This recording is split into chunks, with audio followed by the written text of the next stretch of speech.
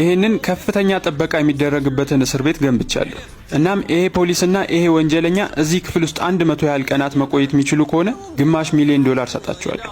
ሰላም፣ እንዴት ነህ? ስለተዋወቅን ደስ ብሎኛል። እሺ፣ እጃችሁን መፈታት ትፈልጋላችሁ? አዎ፣ በጣም ጥሩ ነው እንደዛ። አስተውሉ፣ በሚቀጥሉት 100 ቀናት ውስጥ ከሁለት አንዳችሁ ይህንን ውድድር ማቋረጥ ከፈለጋችሁ ሁለታችሁም ምንም አታገኙ። ሰዎች ከዚህ በፊት $500,000 በአካል አይታችሁ ታውቃላችሁ?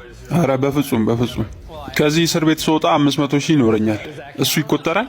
ለምን ያህል ጊዜ ነው ፖሊስ ሆነ የሰራው? 17 ዓመት። አንተስ ለምን ያህል ጊዜ ነው ወንጀለኛ የሆንከው? ለ3 ዓመት ታስሬያለሁ። ይሄ አልጋ ከእስር ቤቱ ጋር ሲወዳደር እንዴት ነው? ፍራሹ ትንሽ ቀጠን ያለ ነው እና ደግሞ ትራስ የሚባል ነገር የለም እዛ። እንዴት ትራስ አይሰጣችሁ ማለት ነው?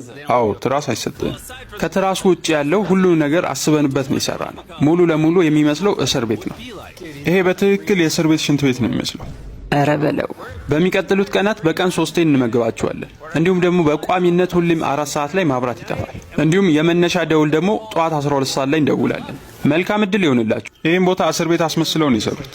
መቀመጫዎቹ ራሱ ቀዝቃዛ ናቸው። ምንም ነገሩ እንዳይመች አድርገው ነው የሰሩት። እንደ ሁልጊዜው በጣም ብዙ ካሜራዎችን ገጥመናል፣ እነሱ የሚሰሩትን ለማየት። እንደማስበው የምናወራውን ነገር በሙሉ ይሰማሉ። ይሄ ፖሊስና ይሄ ወንጀለኛ የተገናኙት ዛሬ ገና ነው። ስለዚህ ከዚህ በኋላ ምን ሊፈጠር እንደሚችል ምንም የምናውቀው ነገር የለም።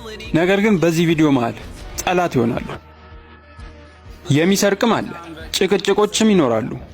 እውነት እነዚህ ሁለት ሰዎች ተስማምተው 100 ቀናት ያህል መቆየት ይችላሉ ወይስ ደግሞ አንዱ አንዱን በመካድ ከዚህ ውድድር ይወጣሉ?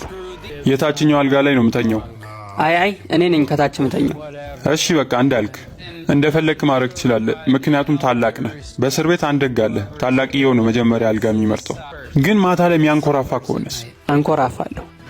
መልካም ምሽት። ይሄ ማብራት ሲጠፋ ማስጠንቀቂያ የለውም እንዴ? እስኪ እንተኛ ደግሞ።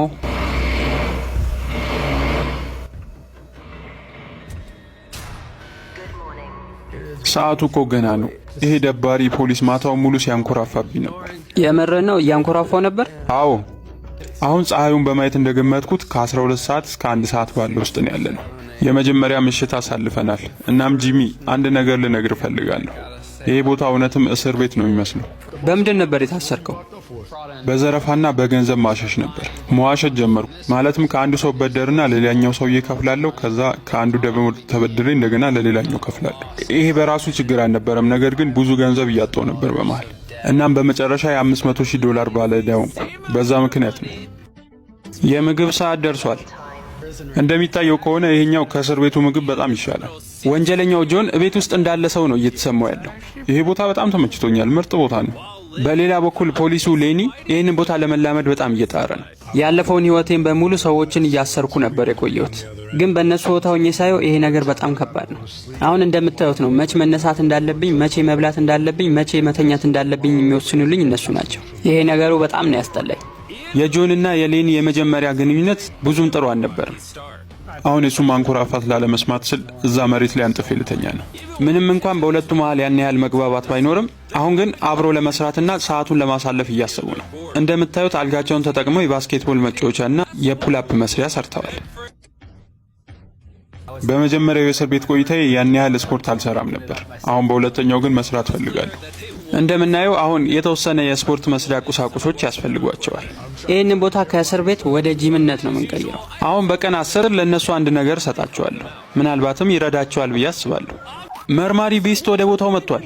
እስኪ እስረኞቻችን ምን አይነት ሁኔታ ላይ እንዳሉ እናያቸው። ጂሚ፣ እዚህ ጋር እንደምመለከተው አልጋውን ነጥላችሁታል። ምንድነው? አዎ፣ ሰውየው በጣም ነው የሚያንኮራፋው። በጣም ታንኮራፋለህ ማለት ነው? እንደዛ ይለኛል፣ ግን እውነት አይመስለኝም።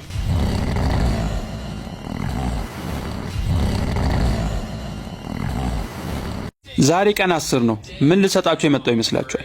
ምናልባት ሼፍ ወይም ደግሞ ላይብረሪ። ከነሱ መሃል አይደለም። ተከተሉኝ ሰዎች። ይሄ የተዘጋ በር በዚህ ቪዲዮ ከምንከፍታቸው የተለያዩ በሮች መሃል የመጀመሪያው ነው። ጠባቂዎች በሩን ክፈቱት። ኖ፣ ያው በዚህ በኩል።